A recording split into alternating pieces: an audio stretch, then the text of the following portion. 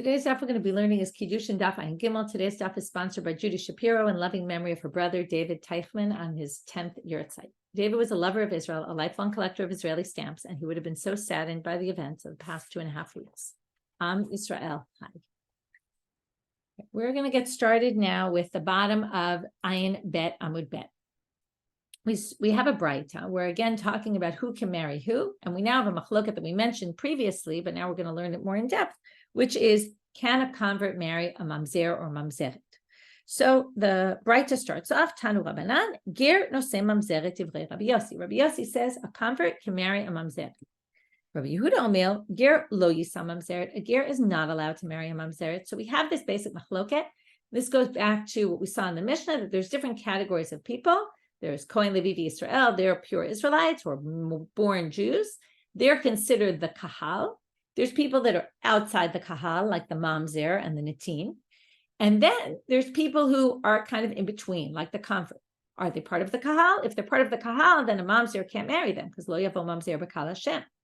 If they aren't part of the kahal, then they can. Now it's a little bit difficult what you're going to say. A ger is not part of the kahal. Well, first of all, they're enough part of the kahal, they can marry Jews, a Kohen Levi Yisrael. Now a gioret, a female convert, can't marry a Kohen, that's for other reasons.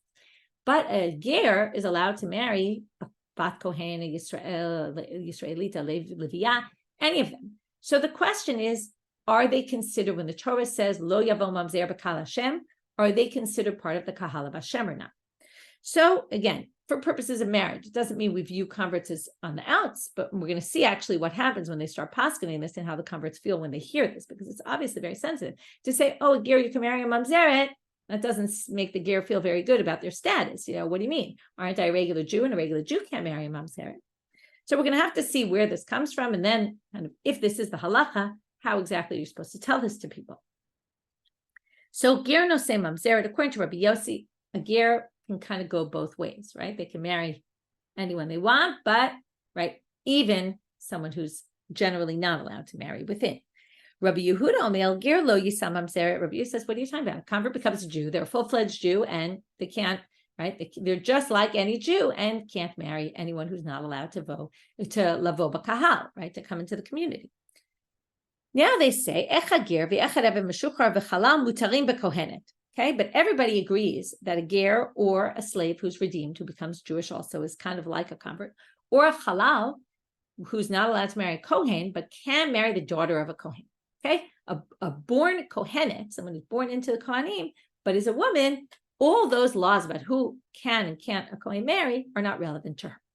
So now we're going to start with the beginning of the braita. Okay, this was a quote from the braita. Now we're going to see where we get this from. My time to Rabbi Yossi. Where does Rabbi Yossi get this from? To which they say, Chamisha kahalei k'tivei. There's 5 psukim where it says kahal in the Torah. Rashi says specifically the 5 that have to do with yochasin, which is our topic, lineage. Okay, there's a debate between him and I think it's Tosfot who says it's right. Tosfot says it's a different pasuk, but we're going to just stick with Rashi for right now. So let's read them in Rashi. Chamisha kahalei k'tivei. Okay, but l'gabei azhara psulei yochasin lo yavo mamzer b'kal Hashem. Okay, a mamzer can't come to within the Jewish community. Lo yavolo bekahal. Okay, even they skipped the beginning, but even the 10th generation can't come, meaning this is forever. And there it also says bakahal. Lo yavo Ammoni and Moavi bekahal. Now we get to Ammonite and Moabite converts. They can't marry. And again, Dor Siri lo yavo lam bekahal. Even 10th generation can't come. So there you have kahal another 2 times. And then the 5th one is going to be by a 3rd Isur, which is the ger, Mitzri, and Edomi, where there is no positive, so that's why you're not going to end up with 6. There is no negative commandment, it's only a positive. It's chayve aseh, as we said. Dor shlishi yavo lam b'kahal, which means the 3rd generation can marry, which basically means the 1st and 2nd can't. And again, it says b'kahal. So kahal is mentioned 5 times. So now we have to see, what is this reference? What are the 5 references to? And we're going to basically see that all 5 are used for something else and not for converts. Okay, so chad the kohanim, one is to say, all these people who can't come into the kahal can't marry kohanim. Chad the leviim, v'chad the Yisraelim, right? Those are our general 3 categories, Kohen, Levi, Yisrael. 3 of the mentions of kahal are to say they can't marry the 3 basic groups of society. Chad the mishrei mamzer b'shtuki, v'chad the mishrei shtuki b'Yisrael. One is to say that a mamzer is allowed to marry a shtuki, and one is to say that a shtuki is allowed to marry a Jew. Okay, now what's the issue with a shetuki? A shetuki is a safek. And what we're basically going to say, we're going to see this more inside later. These two kind of go hand in hand. One is lo yavo mamzer b'kahal Hashem. That means a mamzer can't come into a kahal where it's definitely good. But a shetuki, we don't know where the shetuki holds. Well, shetuki is someone whose father we don't know. So we don't know if the kid was born from a problematic lineage or not. So we're going to say that a mamzer can't marry into the kahal, but this is not someone who's for sure in the kahal. So maybe in safek kahal he can marry. So that's a fourth reference to kahal. And the fifth is to say a shetuki can marry Yisrael because lo yavo mamzer, just like the mamzer can come into a vadai kahal, a Jew can't marry a mamzer who's a vadai mamzer, who's a definitive mamzer, but someone who's a safek mamzer actually is allowed to marry a Jew. Now you might say, wait a minute, didn't we learn the Mishnah shetuki can't marry anyone else? We're going to get back to that. Okay, but right now it sounds like on a Torah level, and that's what we're going to see later, a shetuki can actually marry Yisrael, okay, because they're only safek, and the forbidden, the nature of the prohibition is only if it's a definitive mamzer. So we've learned 5 different things from all those. Notice, Kohen, Levi, Yisrael, it doesn't say one is free for ger. So it must be people who aren't born Jews are actually, right, according to Rabbi Yossi, are not part of the prohibition of a mamzer not to marry within the community, or for someone in the community not to marry a mamzer. So kahal gerim lo ikre kahal. Notice, since there's no kahal free to learn from their converts, as says Rabbi Yossi, that's your proof. Now we have to figure out Rabbi Yehuda, who thinks that the ger can't marry, and the ger is part of the kahal, can't marry a mamzer or mamzeret. How do we understand this? So we're going to have 3 possible ways you can understand it. 2 are going to be redoing this drasha of the 5 kahalim, and a third option is going to be just find a different pasuk. Yeah, these 5 are not talking about a convert, but there's a different pasuk that mentions kahal that clearly connects the convert to the community. So let's see the 3 possibilities. Rabbi Yehuda, okay, it's a numbers game. We have 5 times it mentioned kahal, 5 things it taught. If we can combine 2 of them, okay, and we're going to try 2 different ways of combining 2 of them, then one is free to learn for the convert. So the first option is to say, even though normally we say there's 3 groups, Kohen, Levi, Yisrael, but Kohen, Levi all really came from the same shevet. They're all from the tribe of Levi. So let's put them together. Then you have Kohen, Yisrael, Kohen and Levi is 1, Yisrael is 1, Gerim is 1, and then you have the 2 halakhot about the shetuki marrying the Yisrael and the shetuki being able to marry the mamzer as well. So 1 is left for the Gerim then. No, maybe Kohen and Levi really are separate because we often separate them even though they happen to come from the same tribe. But mamzer b'shtuki, shtuki b'Yisrael mechad kahal nafka. But really, and how we're going to see how we get it, both the things about the shtuki can marry both people in the kahal and both people not in the kahal, really come from one pasuk. Because what? It's learned from this pasuk, lo yavo mamzer b'kahal Hashem, in which case they only count for 1, in which case we still have another open kahal to learn about the ger. Lo yavo mamzer b'kahal Hashem. So now they say mamzer vadai hu de lo yavo, right? Because it says lo yavo mamzer, it's only someone who's definitely a mamzer. Ha mamzer safek yavo. Therefore, if the mamzer is a safek, they can't come into the kahal. And then, since mamzer is vadai, they learn to the next word, kahal. The kahal also has to be definitive, definite kahal. B'kahal vadai hu de lo yavo. Ha b'kahal safek yavo. So they can't marry someone in the kahal, but only someone who's definitively in the kahal. Now, a shetuki, we don't know. Are they pasul or are they kasher? They're safek, whether they're in the kahal or not. And therefore, also the mamzer is allowed to marry them. So basically, that's all learned out from one pasuk, according to this interpretation, in which case, we're left with an extra kahal. No, really, all those things are learned out from separate psukim. Calling the Levi, the 2 sfekot about the shetuki are both learned from separate psukim. And as I already told you before, we're going to now take a different pasuk, which you'll see this pasuk and you'll realize this pasuk can be read in one way, and it could also be read in the opposite way, and that's why each one is going to interpret it differently. We're now talking about a pasuk in Sefer Bamidbar, where they're talking about the nisachim on the altar, the libations. So now it says, for the kahal, okay, again, we see that word kahal, there's one law for everyone in the kahal. Who's the kahal? This is the way we're going to read this pasuk. Lachem v'lager hagal. It's to you and for the converts dwelling among you. So what do you see? Kahal is the subject, right? Topic of the sentence. And then it includes you, and you meaning natural, right? born Jews and converts. You're all part of one kahal. What's Rabbi Yossi going to say to this pasuk? The Rabbi Yossi says, for the community, there's one law, which is lachem, for you, for the people living in the community. Then they say, oh, and by the way, there's also the ger, the convert. Now, why is this a reasonable interpretation? Because if the convert's considered part of the community, you don't need to separate them out and say also the convert. If they're part of the community, then it would just be lachem. It would be part of, who you're part of the community. So the fact that it says you and them, that seems to indicate they're not necessarily part of the kahal. The kahal relates to the first part of the pasuk. We saw this thing about hifsika inyan, right? We saw this with the kohanim. First pasuk, right? It separates it from the rest. Or no, it wasn't the first pasuk, but we had this whole thing earlier about maybe that's coming to stop and say this is the end of that, and then we're moving on to something else. That's part of the kahal is you, but there's people outside the kahal. So again, that pasuk could be interpreted in two different ways. What we did was we showed what's the proof of Rabbi Yossi and how does Rabbi Yehuda understand it otherwise. So either the 5 kahalim don't include the ger. Rabbi Yehuda says either which way, right? You can combine 2 of the 5 and then have one open for the ger, which you could combine. There were 2 different options, or we can learn from an entirely different pasuk. Now we're moving on to the last line of that bright. So a convert, a freed slave, which are both Jews, right? And a halal, who's generally not allowed to marry. Right? A halala can't marry a Kohen, but a halal can actually marry the daughter of a Kohen. This Braita is a good proof for Rav, because what did Rav say? Okay, that basically means the ksherot, women who are ksherot, who are daughters of Kohanim, are not commanded not to marry, right? They're okay to marry, right? It's a double negative, I just said, but they can marry psulim. Okay, they're not commanded that they can't marry psulim, meaning all those things about the zonah, the halala, the gusha, all these things that a Kohen can't marry are only for a Kohen, not for a bat Kohen. Okay, which again, the relevance would really be the ger, the convert. If there is no such thing as a zonah for a man, it would be a convert, and halal, right? Those would be, right? A divorcee wouldn't be an issue. I guess maybe you could say maybe they can't marry a divorced man, but they can't. Now we get to a very fascinating situation. Rabbi Zeira now wants to teach the halakha of Rabbi Yossi in the city of Mechoza. Now we're going to learn later on in this story that the city of Mechoza was full of converts.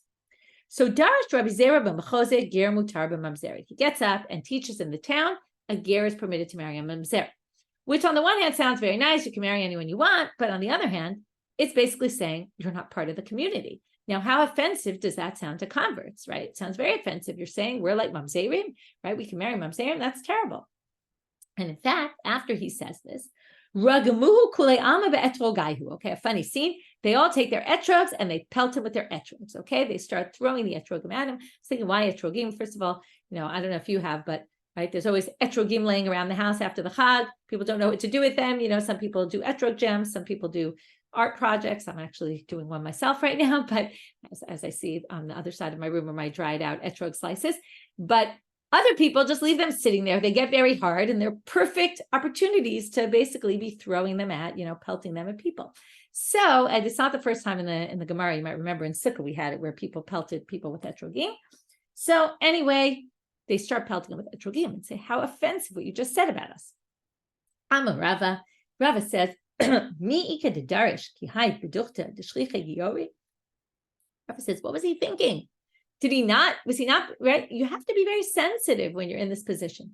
He said, did he not realize that Mechoza was, he was realized, right? He said, who on earth would get up and say this in a community of converts? Well, what were you thinking? So, but, if you want to teach the halakha, you have to teach the halakha. So how do you do it? So Rava was very smart and figured out a way to do it in a sensitive manner.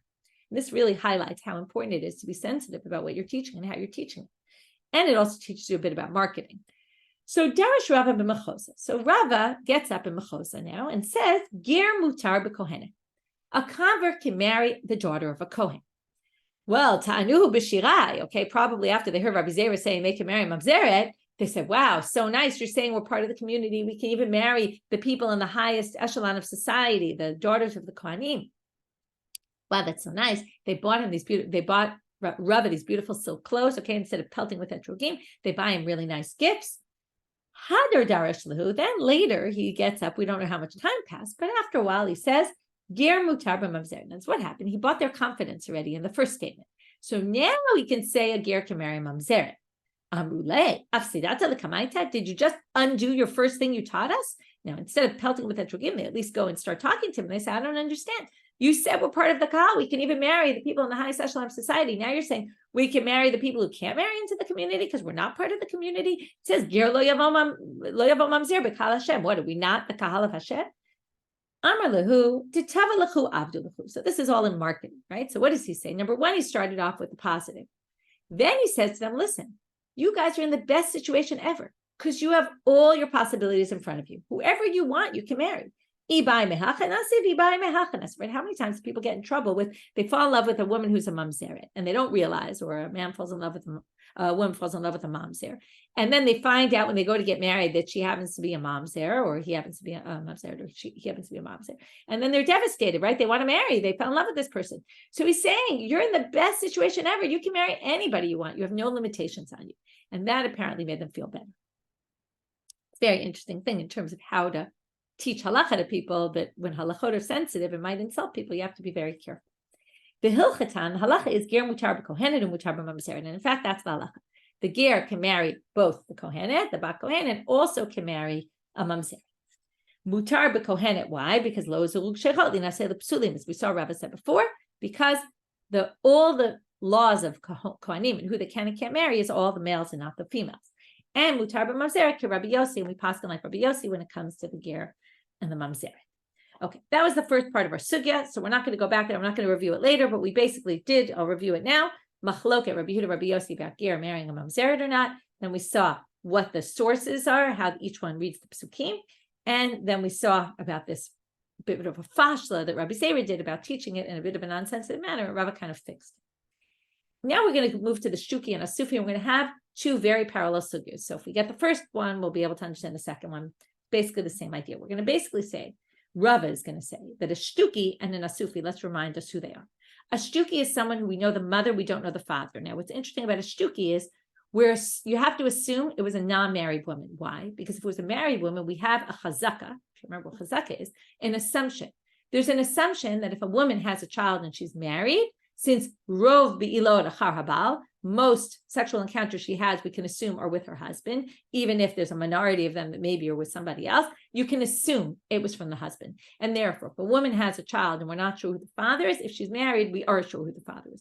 We assume it's the father unless we know otherwise. If we don't have any proof otherwise that she was with some other man, then we assume it was the husband's, unless, of course, he's out of town or something like that. But if he's in town and he's there, we assume it's the father's. Now, a shetuki is where we know the mother, but we don't know the father. So the shetuki by nature has to be a woman who's not married. Okay, so now we're going to talk about this. Amarav, Dvar Torah shetuki kasher. We already learned in the Mishnah the shetuki can't marry anyone who's, Kohen Levi Yisrael, can't. But according to Torah law, Rava says they actually can. Why is that? We already learned this. My taima, rok sherim etzla umiut psulim etzla. Okay, now we're going to get into it's all safek. What's the safek here? And now you might remember the laws of safek. We're not going to deal too much with it today because this isn't really the central part of our sugya, but we have dealt with it in other places and we will deal with it further on in other sugyas. But if you remember the 9 stores, the 10 stores, 9 are kosher, 1 is not, or the reverse, and then you have a piece of meat and you don't know where it came from. So there's basic rules of sfekot that we deal with. So now we're going to assume the following. We have this woman who's not married. The majority of men in the world are permitted to her because if she's not married, if she has a child with, right, she's not a married woman. If she was a married woman, everyone would be forbidden other than her husband. But she's not married because we said if she was married, we'd assume it was her husband. So she's not married. Most people in the world are permitted to her. The only people who are forbidden to her are relatives. So so we have a majority. Let's go like our 9 stores and 10 stores, right? So our 9 kosher stores, 1 non-kosher store, right? 9 out of 10 men in the world, or probably way more than that, are permitted to her. So now there's 2 possibilities. Either he came to her house or she went to his house or went somewhere else. So now, if he went to her house, this is called, there's different laws of safek. Remember with a piece of meat, if you find it in the middle of all the stores, or if you go into the store and the meat is in its regular place. So there's different laws about how we rule. If he went to her, that means he's separated from somewhere. It's like the meat in the center of all the stores. We then go by majority rules. Called the parish, miruba parish, okay? Wherever it came out of, right? We assume it came from the majority. So if the majority of men, right? Some man came from wherever his normal place was, went to her house. If that was the case, then we're going to assume the law says he must be kosher because we follow majority, and the majority of men are kasher to her. My amaret, but what are you going to say on the flip side? If you think it's worse than that, right? Dilma azla ihi legabayu. Maybe she went to his house. Now, if she went to his house, this is called kavua. He's in his natural place, okay? Just like the meat is in its store. And when the meat is in the store, we say you walk into a store, it's a 50-50 chance, is it kosher or not kosher? Even though the majority of stores are kosher, still when it's in its basic place, the rules are different. So if she went to his house, havale kavua, well, he's set in the place where he was from. Therefore, kol kavua kemechza mechzadami, then it's 50-50. So now we have to worry that you can't say majority rules. There is no majority, it's 50-50. Either he's kasher or he's a relative of hers. And we rule by 50-50. So now it's a problem. However, still it's going to be permitted by Torah law. And this goes back to what we saw in the beginning of the daf.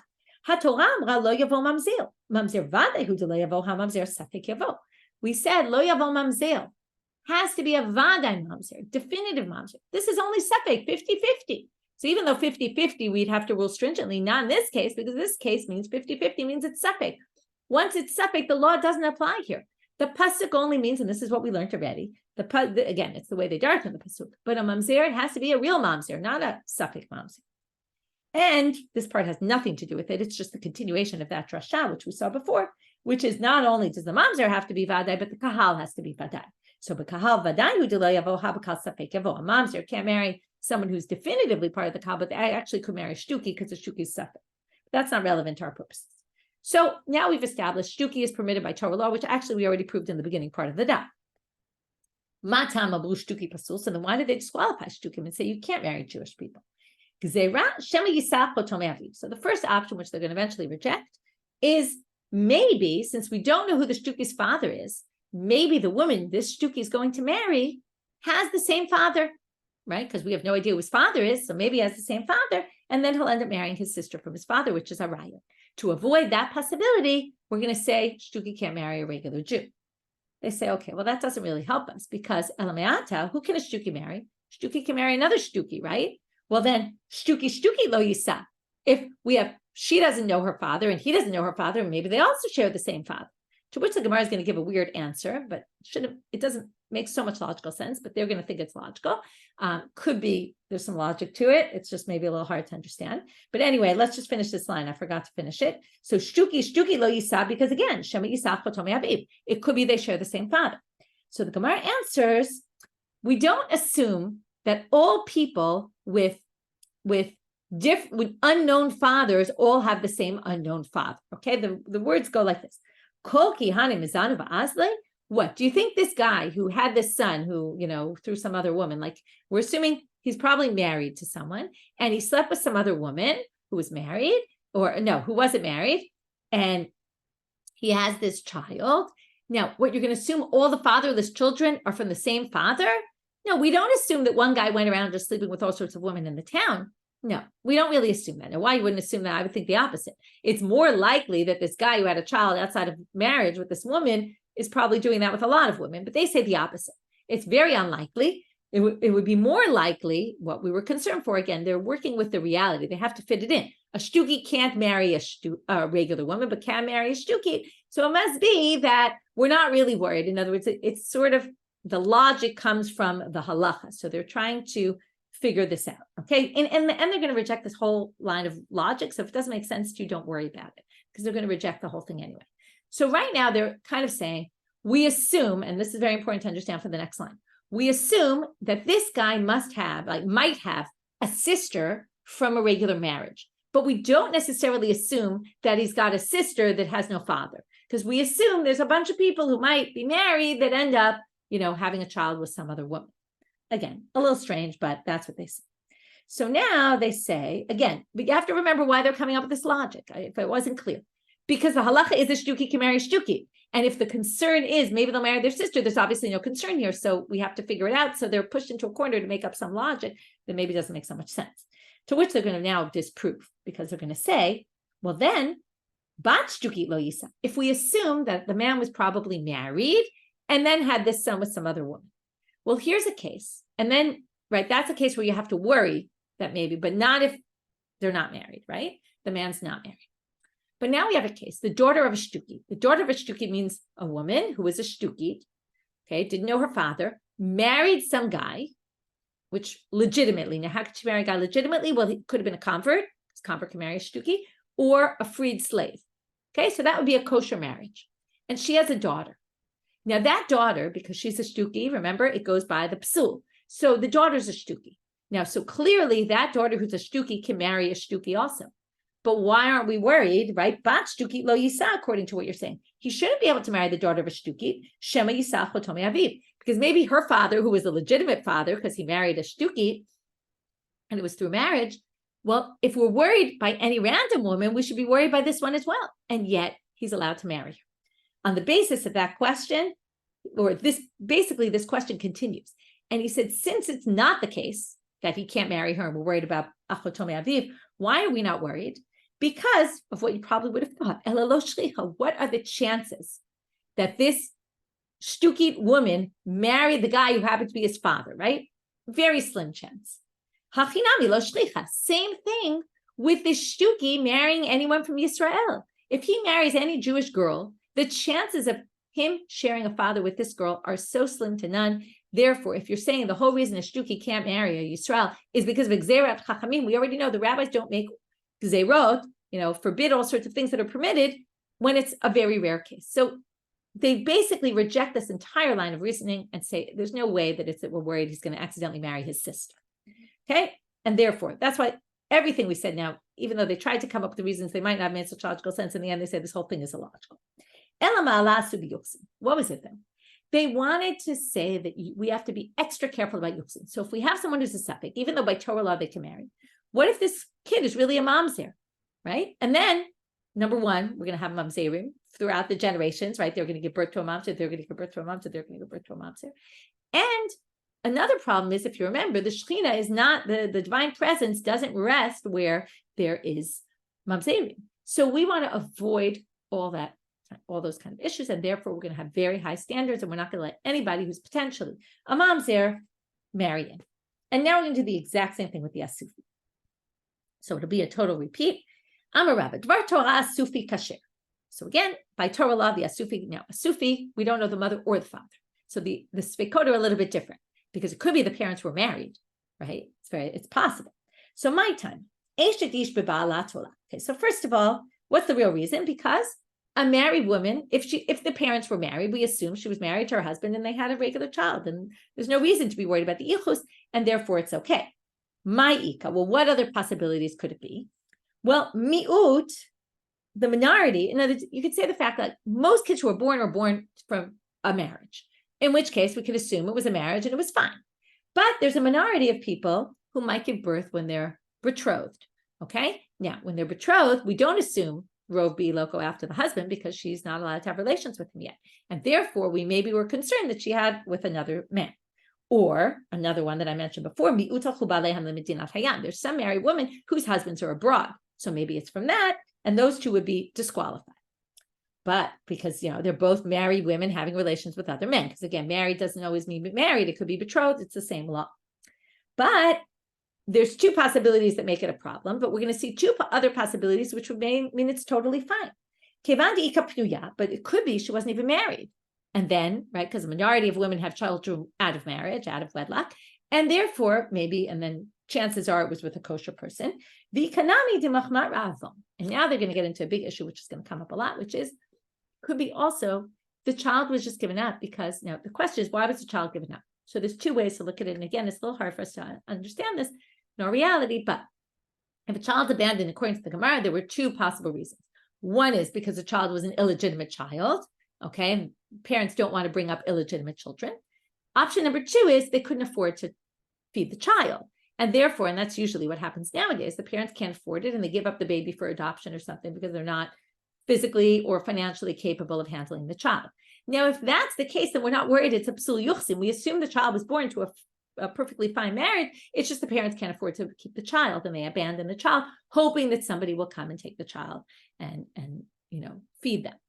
And the child will survive. But the other option is maybe it's a psul yochasin and they just want to let the child die. Okay, which again is hard to imagine, but it was kind of horrible to have a mamzer in this world because they can't marry anyone. It creates a big problem. Maybe they just rather get rid of the child. So basically, there are some people who give up their children based on famine, which means basically we have a 50-50 chance, okay, whether it's exactly 50-50, but again, two possibilities that the child's pasul because she was betrothed or she was married but her husband was abroad, or two possibilities that the child is fine because she was not married at all, in which case permitted to, you're not supposed to have marriage out of a child out of wedlock, but if you do, child's not disqualified, or the child was, was the parents couldn't afford to feed the child. And therefore, again, go back to what we said before, again, what kind of mamzer? Mamzer vada, only if it's definitive mamzer, and this is mamzer safek. So mamzer safek yavo. Bekal vadayu de lo yavo, bekal safek yavo. Again, this is just an added, it doesn't have to do with us, but just that a mamzer can marry only, can't marry into a kahal vadai, but can actually marry a kahal safek. So why did they disqualify him? Same attempt we're going to try. Since we don't know the father or the mother, right? But maybe he'll end up marrying a sister from the father. Well, then you should be able to marry an asufi because we don't know who his parents are. We don't know who her parents are. Maybe they have the same mother or the same father. So again, no, the reason you can marry that is because we don't assume all parents who abandon their children abandon multiple children, which again is counterintuitive, right? Because if they abandon one, they might abandon more. But anyway, that's their assumption, again, because they're stuck with the reality. But then they say still, and then you shouldn't be able to marry the daughter of an asufi. So then, so in the end, they say the whole reason why this is the situation, right? It's just because we're really not concerned that he's going to marry his sibling because it's so unlikely. We're not concerned in any of these cases. They just had a higher standard for yochasin and end of that. Okay. So the second part of today's daf was dealing with the shetuki and the asufi, proving that by Torah law, they actually can marry, but explaining why by rabbinic law they didn't. I'm a Rava bar Rav Huna. Now we get to all sorts of situations where we see an asufi or we see an abandoned child. Do we call them an asufi or not? Now, since many parents abandon their children because of famine or they can't afford it, we see based on how we find the child, where we find the child, what things have been done to the child. That could be an indicator of whether the parents were planning to abandon them because they wanted the child to die, or they're abandoning the child because they want someone to pick up the child. So Rabbi Rav Huna says the following, and now we're turning to Amud Bet. Mitza'o mahul, if you find him circumcised, because what parent would circumcise their child if they were just going to leave the child to die? Why bother doing circumcision? Mishalte hadmaya mishum asufi. This is they would swaddle the babies very tightly to arrange their inner body parts in place. Okay, some people say sometimes there were limbs that were disconnected. It was something they would always do when the babies were born to make sure all their limbs aligned properly. There were all sorts of health things they did differently in those days. So if you see that they did that, then name mishum asufi, because you don't have to be concerned, because who would do that? Why would you waste your time doing that if, right, the baby's going to be left, you're going to abandon the baby to die anyway. Shaif mishcha, if you put oils on him, you put this blue stuff that it was like usually an eyeshadow, but it was also something they used for medicinal purposes in the baby's eyes. Rami chumra, if you put these, you hung like spices on it so the baby would smell nicer. Tali pitko, tali kamia, these are different types of amulets, one with written things on it, one with like a symbol on it for good luck. We're not worried that the child was abandoned because the parents wanted the child to die. Why would you bother doing that? Obviously, they wanted the child to survive, and it was just that they couldn't afford to feed the child. Tali bedikla, if you find the kid hanging in a tree, now not hanging like death hanging, but hanging in a tree like they put him in the tree to protect the child. Now, what was the tree protect you from? Perhaps from wild animals that would come, right? If you leave a child on the ground, a wild animal could come. So if you see them up in a tree, if an animal can get to the child in the tree, then it would be a problem. But if not, then it's not a case of asufi. Zardata, if they're in a thicket, now the next ones are going to be all sorts of places where it was known that there were evil spirits. So in this type of thicket called the zardata, if it's near the city, it's specifically a place where there were a lot of evil spirits. So if you left your kid there, you assumed the kid was going to die. So it has a lot of asufi. But if not, if it wasn't near the city, then there's no concern for the evil spirits, and therefore we assume you left the child to survive. Big knishta. Now we're going to learn that the batei knesiyot, the shuls, were outside the city, and because they were outside the city, there weren't really people living there. So if it was smich telamat, it was close to the city, and they had all sorts of guests that live in the shul, then we're not worried about evil spirits. But again, remember, abandoned places are always places for evil spirits, even if it's only abandoned at nighttime. But yesh, if it's not that, then yesh asufi. If there aren't a lot of people in the shul, generally they mean probably at nighttime, then evil spirits lurk there. And if you left the kid there, probably you were leaving there to die. Amar Amemer, hai pira de sufle. If you have a ditch that you dug or somebody dug, and there were date pits there that were left for animals to eat, yesh bo mishum asufi. You're basically leaving the kid abandoned there. Harifta dinara ein bo mishum asufi. If you put the baby in a basket and leave it on the river, if you leave it in the center of the river where there's a lot of boats, then you're probably hoping, like baby Moshe, right, that someone's going to pick up the baby. Pishle yesh bo mishum asufi. But if you leave it on the sides, on the banks of the river, where the boats won't see it, then you're actually concerned more, right? We have to be concerned that you're really abandoning the child. Tzidei reshut harabim. Remember, there was the reshut harabim, and then there were the parts on the sides. Now, the reshut harabim was a place, right? If you imagine like the streets in India, right, where there were elephants walking, or I don't know if it was elephants in those days, but there were animals roaming through the streets. There were people walking and tons of hordes of people. They wouldn't see a baby on the floor and they might trample it, right? There's also, we'll get to Baba Kama about leaving your kli in the middle of Reshut Harabim. You have to assume if you left someone else's vessel in the middle of Reshut Harabim, you can assume someone was going to step on it and ruin it. So likewise, if you leave a baby in the middle of the thoroughfare, you can assume the kid was going to be dead. But Sidei Reshut Harabim, on the side of Reshut Harabim, it looks like you're leaving them specifically on the side so that they be protected, and hopefully someone will pick up the child. So again, Sidei Reshut Harabim, you don't have to worry about asufi. Reshut Harabim, yesh lo mishum asufi, but it's in the middle of the public thoroughfare, then you have to be concerned for asufi. But Amar Rava, and we're going to have to figure out exactly what he means here, B'shnei ra'avon ein bo mishum asufi. If it's years of famine in the city, you don't have to worry about asufi. If you find abandoned children, we can assume they were abandoned because of money. So Rava Ahaya, which was he referring to? Where did you leave this child in the time of famine?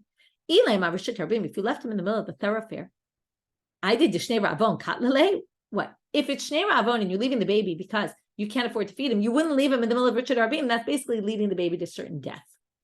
So it doesn't make any sense. The whole point of assuming it's Ra'avon is that we assume you wanted someone to pick up the child. Ela atzidei Reshut Harabim, but if it's the sides of Reshut Harabim, what would it matter, Shnei Ra'avon? We already said. If it's on the sides of Reshut Harabim, it doesn't have a law of asufi, even when it's not. So my area Shnei Ra'avon, if it's below Shnei Ra'avon, even if it's not years of famine, we can assume if you left him on the side of Reshut Harabim or her, can assume you were just hoping someone was going to pick up the child and feed them. So Ela itmar de Rava Ahada Amar Rav Yehuda Amar Rabbi Abba Amar Rabbi Yehuda Barzavdi Amar. Rava must have made this statement, he said, on something Rav said, which is what? Kozman shebashuk, and this is going to lead us to with the sugya that's going to end our daf, which is about belief, okay, who we believe and trustworthiness. Kozman shebashuk, while the child, let's say the parents abandon the child in the shuk, avivi moneh manim, and then the parents come along and they pick up the child and they say, okay, this is like the Annie daf, okay, the show Annie or movie Annie, however you've seen it, but you have a child abandoned in the shuk, and then the parents come and take the child and say, this is our child, nemanim alav, they're believed. But ne'esaf min hashuk ein nemanim alav. But if the baby is already taken from the shuk by somebody else, then we no longer believe people. This is why it's like Annie. We don't believe anybody who says they're their parents anymore. My time, what's the reason? I'm a Rava.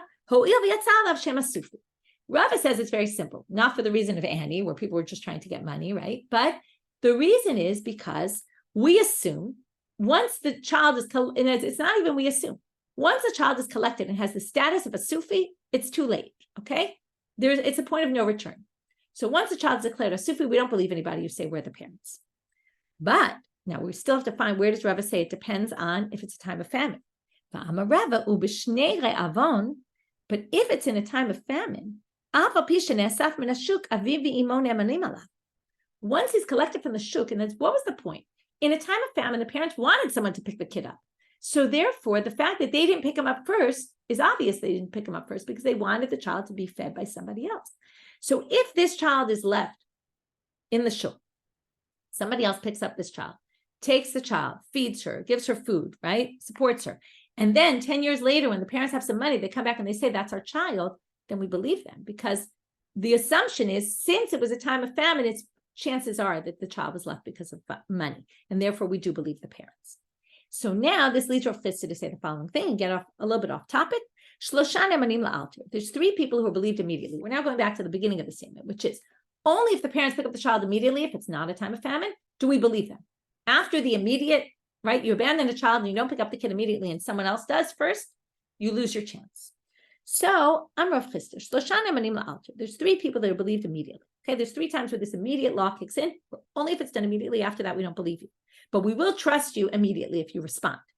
So Eluhen, asufi, chaya, upoteret chaverteh. Okay, so we'll go through what all these things are. Asufi, hadamaran, so we just explained that. Chaya, what's a chaya? A midwife. Detanya, chaya ne'emenet lomar, there's a fascinating halakha, ze yatsa rishon v'ze yatsa sheni. The midwife is believed to say who's the bechor, who's the firstborn. Okay, there's twins being born. The midwife is believed to say, this is the first one, this one's the one that came out first, this is the one that came out second. But in what case? If she left the room and came back, and she hadn't yet said who was firstborn, and then she says, this one, they're twins, they might look very alike, and she might get confused. So only while she's still in the room, once she leaves the room, she's not believed anymore. If she left the room and came back, we don't believe her anymore. If she's still standing in that spot, once she moves from that spot, she's no longer believed. What's the difference between them? If she just turns her head away and then she comes back and looks, she's no longer believed. Now, this, by the way, is very interesting halakha, that we believe the midwife. Normally, you need 2 witnesses to prove things, and usually women aren't valid witnesses anyway. So how do we believe this for pishnayim, right? It's money things, it's pidyon ben, right? There's all sorts of ramifications of this. So some people say, actually, we really don't believe her by Torah law, but the rabbis said we have to believe her because who else? How else are we going to have bechor?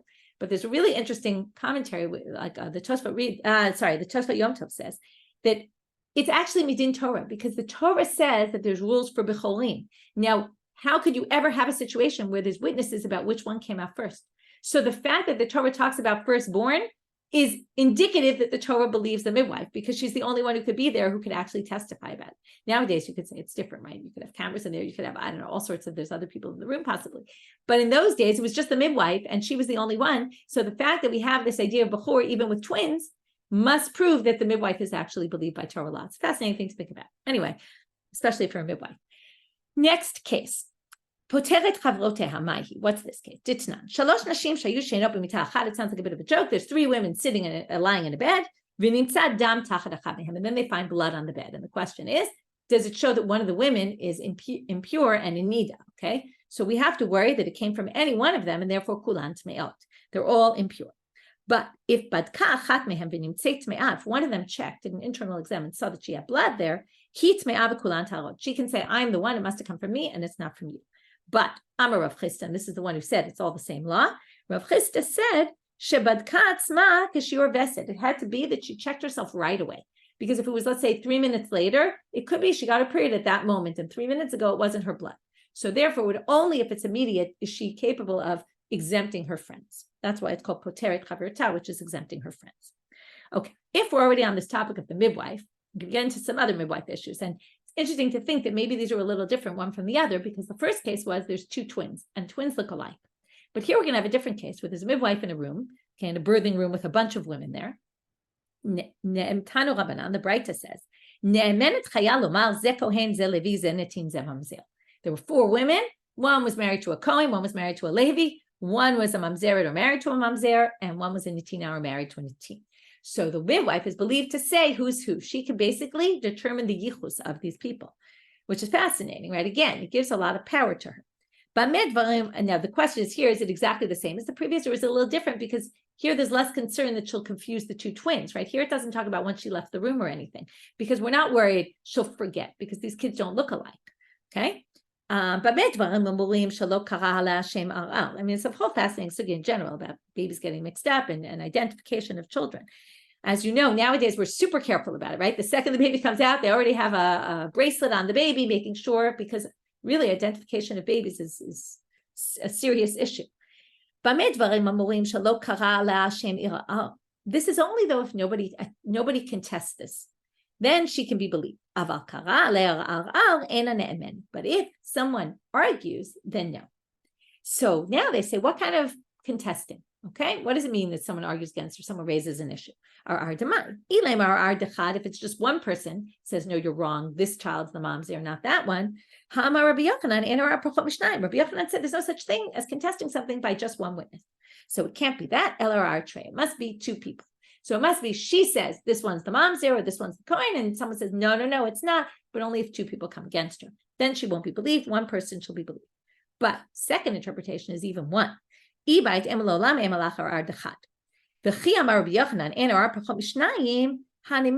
going to say this case a little different. Rabbi Yochanan said there's only such a thing as one person. There's no such thing as one person coming to contest a claim. That's only it's only once the person already had presumed status of being kasher. Now here you have a room with 4 babies. We don't know who's who. There's no presumed status at all. So when there's no presumed status at all, one witness could be believed.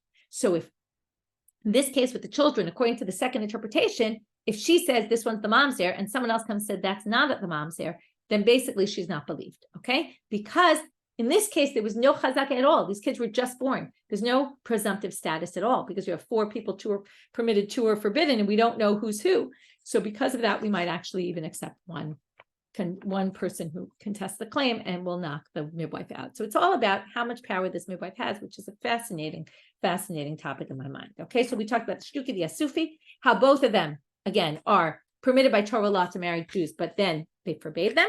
Then we moved on from there to all different kinds of ways you find an asufi in places where you find an asufi, in times where you find an asufi.